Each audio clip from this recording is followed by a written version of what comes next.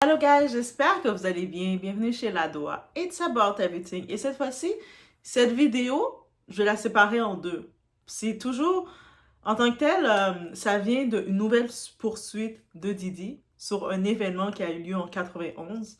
Mais avant de vous présenter, en tant que tel, faire une vidéo pour vous présenter la poursuite concernant Didi sur cette plainte, on va juste faire une vidéo pour parler de l'événement en question parce que quand j'ai vu cet événement, j'ai regardé l'événement qui a eu lieu en 91, j'étais complètement choquée. Et puis, les familles actuellement de ces victimes ont eu zéro, rien du tout. Il y a des gens, près de sept personnes, non, 9 personnes, pardon, c'est 9 personnes qui ont perdu la vie dans cet événement. Et on est obligé de revenir derrière pour voir que ça passait dans les nouvelles. Certaines personnes ont dit, mais ils prenaient pour qui ces gens-là d'aller là comme ça, nanana. Mais en vrai, de vrai, là, on a besoin en 2024 de retourner de voir en 91 qu'est-ce qui s'est passé. C'était vraiment fou. Donc, on va le faire comme ça. Vous allez tomber sur cette vidéo. C'est l'événement. Il y a une autre vidéo qui va suivre. Je vais le mettre quand même se suivre. Ça va être les accusations. Donc, Tony Bosdy a une nouvelle accusation face qui a eu lieu dans cet événement. Mais avant de venir sur la vidéo de l'accusation, on va juste faire un tour pour regarder l'événement, pour comprendre qu'est-ce qui s'est passé dans l'événement. OK? On est chez la devoir encore. It's about everything. On s'installe. On y va.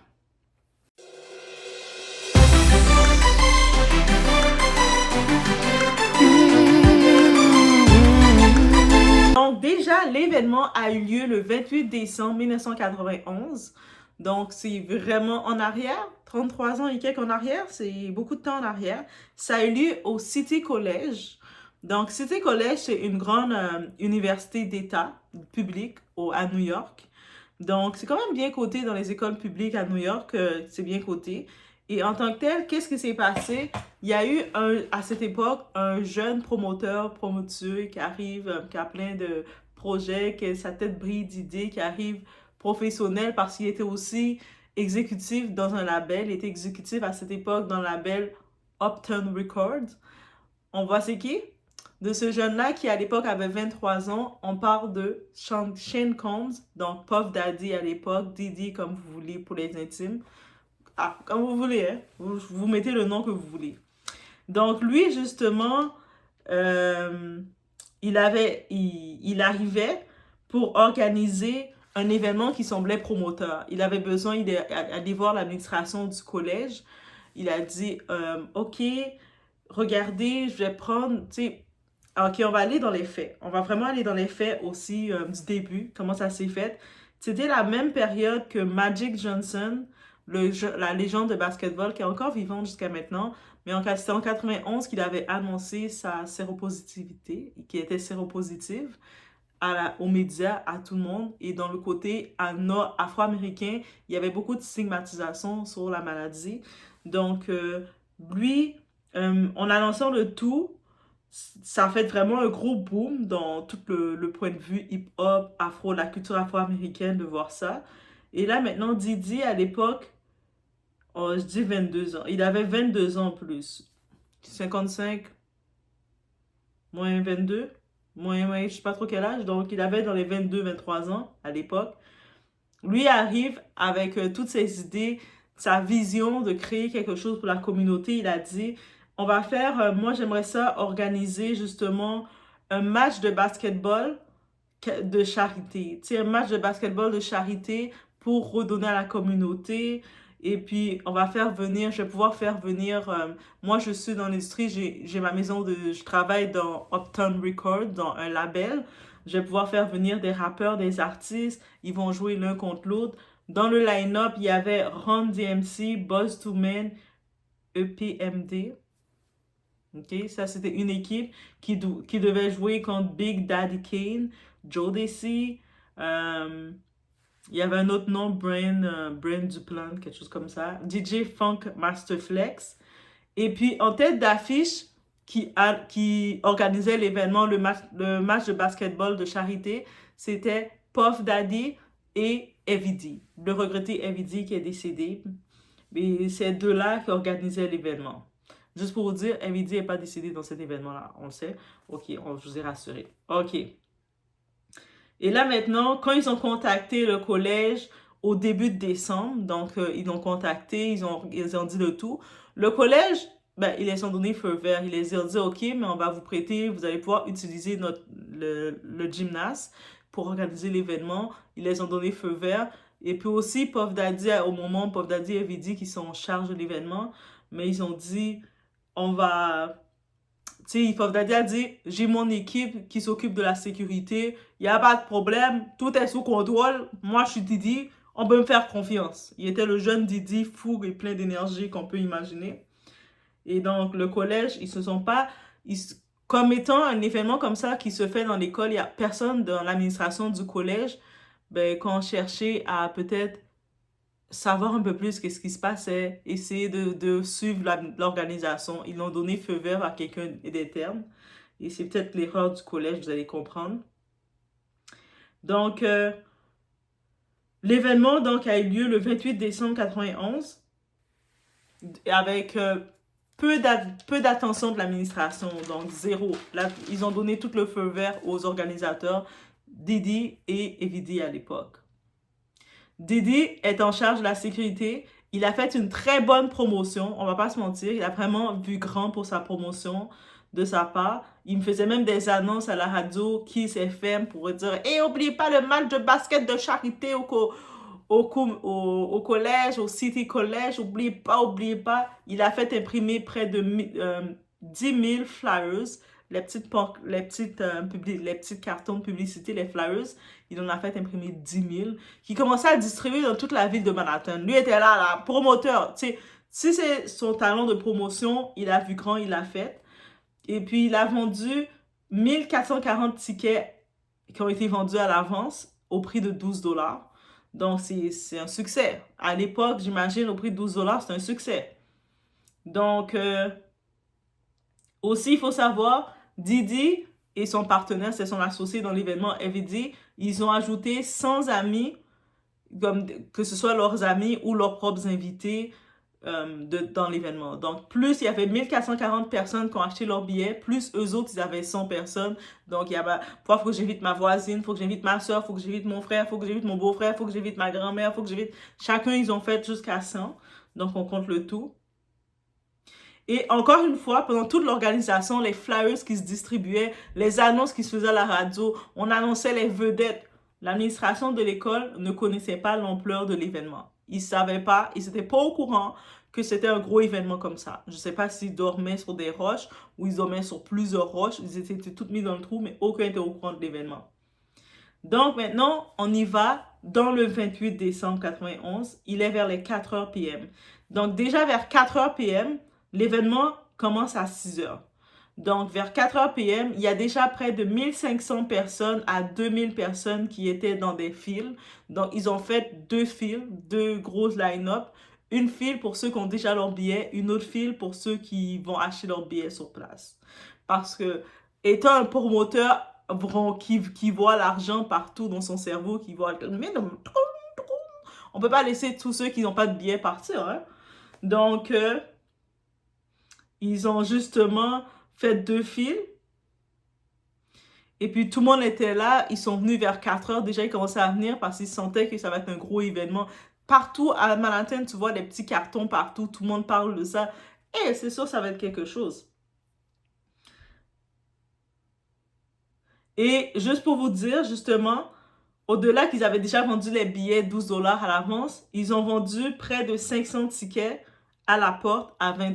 Ça veut dire qu'ils ont monté les prix à la porte parce que c'est sûr, t'achètes à la porte, tu vas payer plus cher.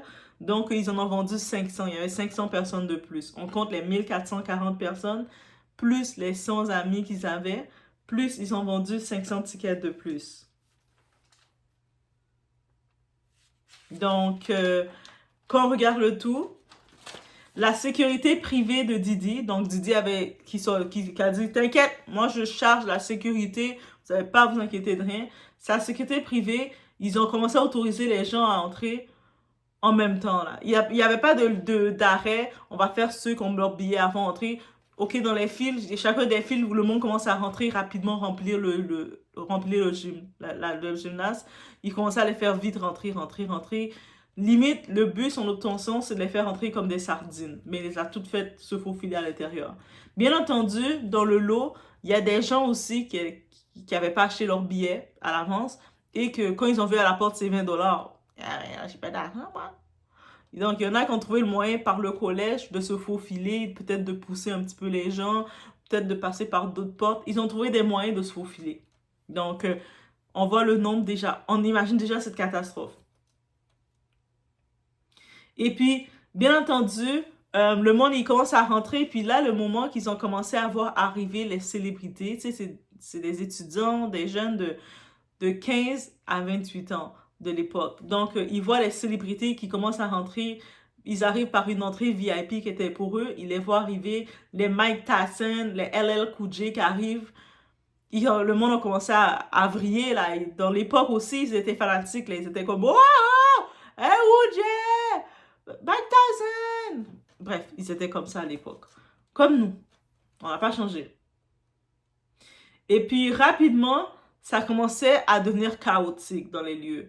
La police a été appelée pour du renfort parce que la petite sécurité, eux, ils étaient juste venus pour un basketball, là. Un petit match basketball avec quelques célébrités. Ils n'ont pas vu la publicité qui avait été faite ou ils n'ont pas pris l'ampleur sur la publicité faite. La police a commencé à créer des barricades policières, comme pour essayer de créer des blocages. Il y a des vitres qui commençaient à être brisées, le monde brisait, ça a été déjà incontrôlable. Et puis aussi, il faut rappeler d'un fait, les sécurités de Didi, ils n'avaient pas d'uniforme pour les reconnaître. C'est comme si il avait pris les gros gars qu'il connaissait, qui étaient sécurité. Il y en a qui avaient leur t-shirt noir, il y en a qui avaient des t-shirts rouges, il y en a qui avaient des t-shirts orange, il y en a qui étaient habillés en camisole, il y en a qui étaient habillés sans camisole. Donc, ils n'étaient pas... Donc, quand quelqu'un arrive, il voit quelqu'un qui dit « Hey, tasse-toi de là! » La personne ne sait pas, est-ce que t'es sécurité, tu me dis de me tasser parce que tu veux prendre ma place? Tu ne sais plus trop. Ils n'étaient pas différenciables. Et aussi, ils n'ont pas fait attention au contrôle de la foule. Donc, eux autres, ils ont... Dès que... dès qu'ils commençaient à... Dès qu'ils ont ramassé, ils ont vu que, OK, ils ont ramassé l'argent qu'ils devaient ramasser, qu'ils pouvaient prendre le plus possible. Et puis, un des associés, il a fermé son petit coffre de son argent. Il a pris la caisse et puis ils sont partis avec l'argent, comme l'amener à Didi, à Didi. Ils l'ont amené dans son bureau pour dire « Yeah, on a ramassé l'argent. » Et puis, il y a des témoins qui étaient sur place qui ont dit la sécurité de Didi, là, ils étaient plus focusés sur la vente des billets, ramasser l'argent. Give me the money, money, money, money, money, money. Ils étaient concentrés sur ça. Le monde pouvait commencer à tomber, le monde pouvait se pousser devant eux, ils s'en foutaient, là. Tu m'as payé, rentre en dedans, toi. T'imagines l'événement à 6h23, qui devait commencer 23 minutes, à 6h23, on entend dans la radio d'un des policiers. Vous savez, les policiers, ils ont des petits écouteurs, leur radio. On entend « They're not people, they're animals ». Donc, ils disent, ils ne sont pas des personnes, ce sont des animaux. C'est ça qu'on entend. On entendait dans la radio des policiers. Donc, à l'intérieur du gym, les tirs ont commencé. Donc, il y a eu commencé à avoir des tirs. On ne sait pas d'où ça tirait. Ça devenait le carnage. On peut imaginer, il n'y a pas de contrôle. Le monde, comment il s'assied, comment il se pousse. Ça a commencé déjà. Et même si le monde qui essayait de sortir de là, c'était compliqué. Et là, il y a justement dans cette intervention, il y a le frère d'une des personnes qui était là. Lui, il s'appelle Dirk Chan, un junior de Hampton University de Virginia. OK, lui, c'est une victime. Dirk Chan, c'est une victime de 20 ans. Il était à l'université de Hampton et puis lui était venu.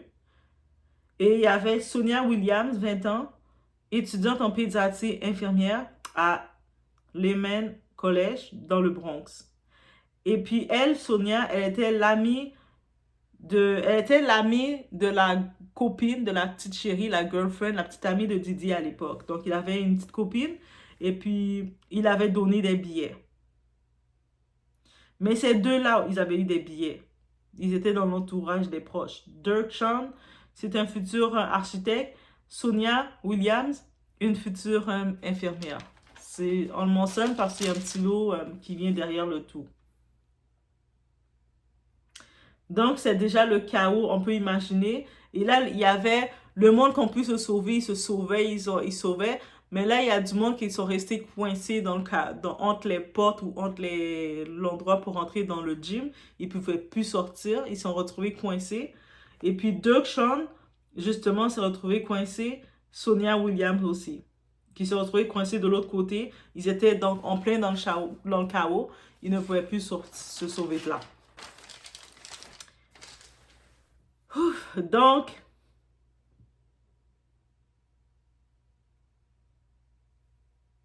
il y avait aussi un des artistes, Frédéric Olouane, qui était dans le duo Nice and Smooth. Lui était invité. Et quand le temps qu'il arrive, il a compris qu'il voit des portes s'ouvrir, se fermer, des portes s'ouvrir, se fermer, du monde courir à droite, à gauche, du monde sauter. Il commençait à regarder, mais qu'est-ce qui se passe? Donc, qu'est-ce qui se passe? Donc, il y a l'officier Sean Harris, dans ce moment-là, qui a dit, lui, n'a pas pu aider les jeunes parce que les jeunes, donc, il s'est senti impuissant, là. Le monde, il voit courir partout, il ne savait pas où se mettre, comment aider les gens. Le monde manquait d'oxygène. Et puis, le monde commençait à convulsionner, à tomber. Et puis, il y a du monde qui essayait de faire le CPR, là, de faire la réanimation, et puis ça marchait pas. Et puis, du monde tombait, d'autres monde poussait le monde. Tout se passait, c'était le chaos. Il y a Didi qui avait tenté de faire le CPR, la réanimation sur Williams. Williams, c'est Sonia, justement. Sonia, c'était la meilleure amie de sa petite girlfriend, sa petite amie à l'époque, comme je vous ai dit. Mais malheureusement, ça n'a pas fonctionné. Il y a aussi Dirk Sean, celui aussi qui avait eu son billet. Il était dans les amis. On l'avait donné comme son billet gratuit pour venir.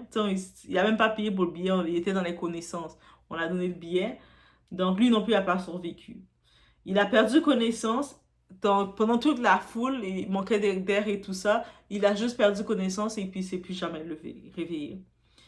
Et puis, quand on a retrouvé son corps, le billet, justement, était toujours dans ses poches. Il y a 7 autres personnes qui ont perdu la vie entre 15 à 28 ans.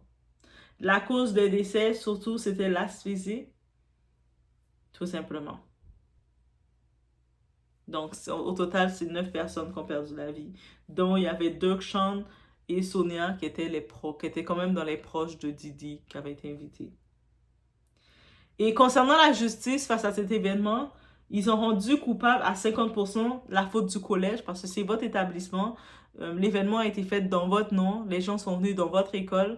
C'est pourquoi vous n'avez pas... Vous-même, vous devez mettre la sécurité. Donc, vous n'avez pris aucune charge. Donc, vous êtes responsable. Et puis, on a remis un autre 50% à Didi et Evidi parce que c'était eux autres qui ont organisé l'événement. Et aussi, on rappelle qu'ils avaient fermé la seule porte d'accès au gym. Et ça a ainsi congestionné les gens comme des sardines. Donc, eux autres, sûrement, ils se sont dit, on va juste garder une porte ouverte. Parce que, tu sais, dans un gym, il y a plusieurs portes. Mais ils se sont dit, on veut pas que le monde commence à sortir de partout. Et puis, finalement, ils vont pas nous payer parce que leur intérêt, c'est de faire l'argent. Donc, c'est vraiment comme ça c'est ça qui est arrivé dans cette tragédie. Et là, on continue. L'avocat de Didi, à l'époque, avait refusé tout commentaire sur l'histoire. Evidi, de son vrai nom, Dwight Myers, en 2011, il est mort. Mais pendant l'événement, on n'a pas su s'il a dit plus que quoi il a dit de plus. C'est 91 à 2011, c'est quand même beaucoup d'années. Mais c'est 10 ans. Ouais, c'est 10 ans. Donc, mais on n'a pas vu. Est-ce qu'il a été plus affecté? Peut-être que oui, dans son cœur, il a été affecté. Mais il a pris ses avocats aussi pour ne pas avoir de problème. Là, même, les deux ont pris leur avocat. Il n'y a aucune charge criminelle qui n'a été comptée pour personne, qui a été complétée ni que ce soit pour le collège, ni que ce soit pour Evidi et Didi. Ils n'ont plus aucune charge, donc il n'y a pas eu de condamnation, il n'y a pas eu de dossier. C'est juste malheureusement un événement qui est arrivé et c'est dommage, c'est triste. Donc, en tant que tel, les gros titres qu'on a pu voir dans les journaux, c'était un concert de rap camouflé en match de basketball avec les célébrités. C'est mal fini. C'est ça les titres. Et là, quand on regarde le déroulement de tout ça, c'est là qu'on regarde. Didi, avec le temps, avec cet événement-là, ça n'a pas été un frein à sa carrière. Au contraire, ça a été il a monté après cet événement-là. Il a été, maintenant, il faisait partie des plus grands producteurs, performeurs des années 90 avec son label Bad Boy Records. Donc, il y avait la promotion de B.I.G., Fate Events et tout ça. Et puis, l'ironie de tout ça, Didi, il a fini par tourner le dos aux familles des victimes du City College. Donc, il n'y a pas eu, il les a même pas donné une fleur de sympathie ou savoir que toutes ces familles-là, c'est 9 familles qui ont perdu leurs proches, ceux qui sont traumatisés, rien du tout. Comme c'est un événement qui est fini. Ça, c'est Sonny Williams Jr., le frère de Sonia, qui devait être infirmière, qui dit ça. Didi aussi, il a refusé d'aider pour les garder en commémoration. Donc, il a refusé de faire quoi que ce soit comme aide, même peut-être d'aider les familles, peut-être pour payer les obstacles ou quoi que ce soit. Il s'est même pas présenté là. C'est terminé, tout bad. Life must go on, la vie continue. Et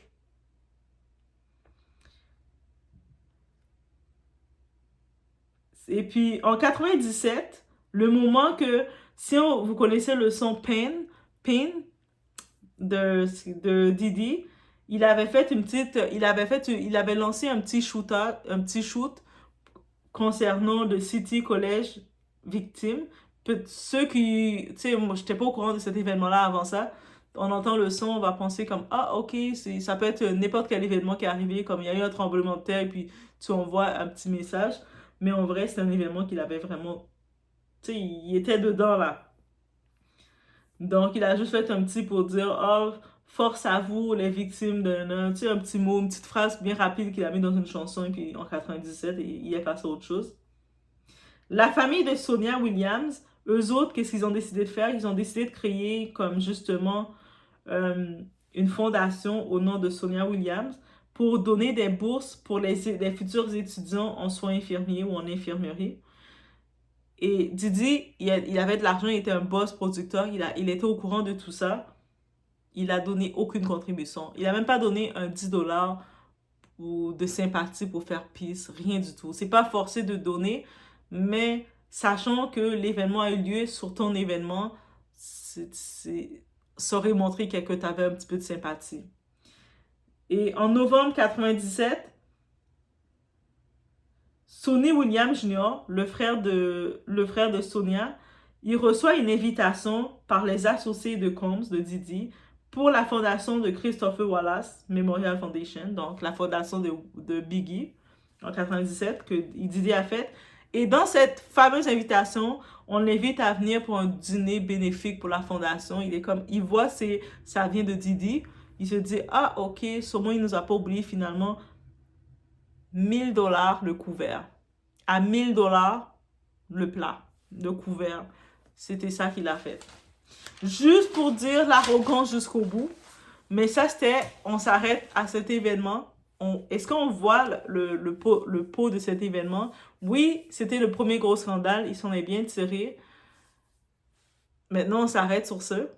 Comme ça, on va pouvoir regarder ensemble qu'est-ce qu'il s'agit que Tony Boss dit, la plainte qu'il a reçue, qui a eu lieu dans cet événement. Oui, dans cet événement, il y a une plainte qui a eu lieu. Donc, je laisse sur ce. On reprend son souffle. OK? Et oui, on reprend son souffle, guys.